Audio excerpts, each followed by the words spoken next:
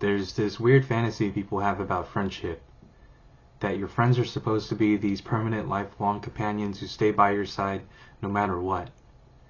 Like family you chose yourself. Unconditional loyalty, unconditional understanding, unconditional support. And honestly, I don't think that's true at all. I think friendship is much more practical than people want to admit, especially male friendship. And I know that sounds cynical at first, but the older I get, the more I realize most friendships are not built on emotion first. They're built on mutual usefulness, mutual respect, mutual participation. And once you understand that, a lot of things about life start making more sense. When you're younger, friendship feels automatic. You go to school every day, you see the same people every day, same classroom, same lunch period, same hallway, same bus ride home. Eventually you start thinking, these are my people. But in reality, most childhood friendships are created by proximity, not destiny. You were just repeatedly exposed to each other. And because you shared the same environment, interests naturally formed around that environment. Video games, sports, classes, teachers, internet culture, music. But then adulthood starts. Someone moves away, someone gets a girlfriend, someone gets busy, someone changes careers, someone stops gaming, someone becomes ambitious, someone becomes lazy. And suddenly, their friendship disappears almost effortlessly. Not because anybody necessarily betrayed each other, but because the environment that sustained the friendship disappeared. Sometimes people think, damn, I lost my friends. But honestly, sometimes the environment was the friendship. I think male friendships are usually a lot more functional than emotional. That doesn't mean men don't care about each other. I think they absolutely do. But men rarely bond by sitting face to face and emotionally unpacking their feelings for 3 hours. Most male friendships are built shoulder to shoulder, doing something. Working, lifting, gaming, building, competing, driving around, making music, playing basketball, suffering through a terrible job together. The activity becomes the bridge. And I think there's a historical reason for that. For most of human history, men depended on cooperation to survive. Tribes survived because groups of men trusted each other enough to hunt together, defend territory together, build together, and enforce order together. If you were unreliable, weak under pressure, selfish, dishonest, or chaotic, you became dangerous to the group. So respect became everything. Not fake internet respect, actual respect. Can I trust you? Do you pull your weight? Are you dependable? Do you make life harder or easier? I think that mentality still exists inside modern male friendships, even if we don't consciously think about it.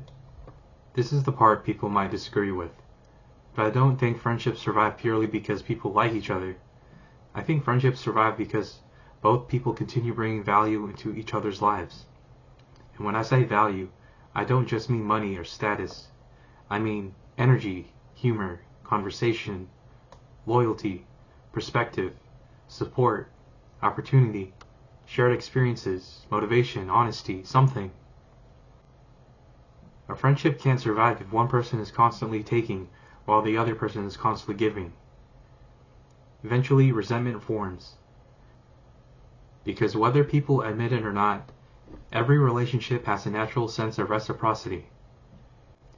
If someone only calls you when they need something, if they constantly drain your energy, if they never initiate, never contribute, never support you back, eventually you stop wanting to be around them. And I think a lot of people secretly become passive consumers inside their friendships. They want emotional support, attention, loyalty, company, but they never ask themselves, what do I actually offer other people? That's an uncomfortable question. I think one of the biggest mistakes people make is expecting friendships to operate like family. Family is rooted in blood, obligation, history, and deep attachment. Friendship is voluntary. There's no contract forcing somebody to stay your friend. Every day they are actively choosing whether maintaining the relationship is worth it. And honestly, that sounds harsh, but I actually think it makes friendship more meaningful. Because real friendship is maintained intentionally, through mutual effort, through respect, through reliability, through time, through continued alignment. That's why so many friendships disappear after school or after a job ends. Because once the shared structure disappears, both people realize there wasn't enough underneath it to sustain itself naturally. And that's not always tragic. Sometimes people belong to certain eras in your life. That's all. I honestly think respect matters more than affection in male friendships. Because once respect disappears, the friendship usually starts rotting immediately. You see this happen all the time.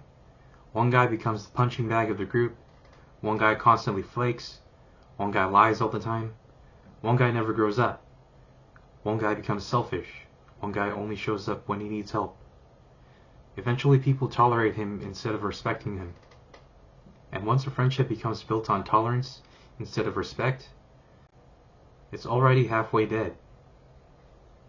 I think men understand this instinctively, because historically, trust and cooperation were survival mechanisms. Society itself only works because men cooperate under systems of responsibility and trust. Workers, builders, engineers, police, military, laws, infrastructure, none of it works without reliability. And I think male friendship reflects that same principle on a smaller scale. I think one of the hardest realizations in adulthood is understanding that most friendships are seasonal. School friends belong to one version of you, work friends belong to another, gym friends, internet friends, music friends, gaming friends. People enter your life during specific phases where your paths temporarily align, and sometimes we hold on to friendships long after the alignment disappeared. Out of nostalgia, out of guilt, out of fear of being alone. But maybe friendship was never supposed to be permanent. Maybe friendship is just mutual movement in the same direction for a period of time. And honestly, I don't even think that's depressing anymore. I think it's just reality. So what are friends for? I think friends are for cooperation, for shared experiences, for growth, for perspective, for helping each other move through life more effectively.